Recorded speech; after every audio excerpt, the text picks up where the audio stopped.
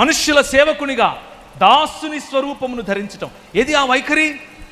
మనం కాలు పెడితే తివాచి కావాలి, మనం నడుస్తే గుండాలు కావాలి, కామొచ్చి అత్తరుబుడ్డి తీసుకొచ్చి కాలు గడుగుతోంది. ఆయన మురిసిపోతున్నాడు. ఆయన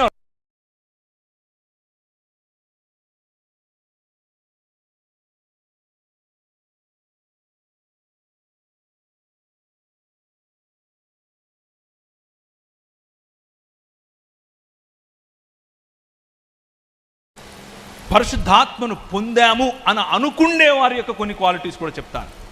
పరిశుద్ధాత్మను పొందాము, ఇదే మా డినామినేషన్ అని చెప్పుకునే వారి యొక్క కొన్ని క్వాలిఫికేషన్స్ ఏంటంటే, తెల్ల బట్టలే వేసుకుంటారు, కానీ ఆ తెల్ల చీర చాలా ఖరీదైనటువంటి సిల్క్తో ఉంటుంది. మీ ఏ చీరలు కట్టుకుంటే ఏంటి, అందులో నాకేం ఇబ్బంది లేదు. నేను చెప్పేది ఏంటంటే, మీరు ఏ చీరలన్నా కట్టుకోండి, తెల్ల చీర అయినా కట్టుకోండి, ఎర్ర చీర అయినా కట్టుకోండి, రకరకాల రంగుల చీరలు కట్టుకోండి. అన్ని రంగులు మన ప్రభువే. ఏ ఒక్క రంగులోనూ పరిశుద్ధత లేదు, ఏ ఒక్క రంగులోనూ అపరిశుద్ధత లేదు. అన్ని రంగులు మన ప్రభువే ఇచ్చాడు. కానీ దాన్ని చూపించి భక్తి నటిస్తున్నావే, అది పరిశుద్ధాత్ముడిచ్చేది కాదు. పరిశుద్ధాత్ముడిచ్చేది ఏమిటంటే సింప్లిసిటీ.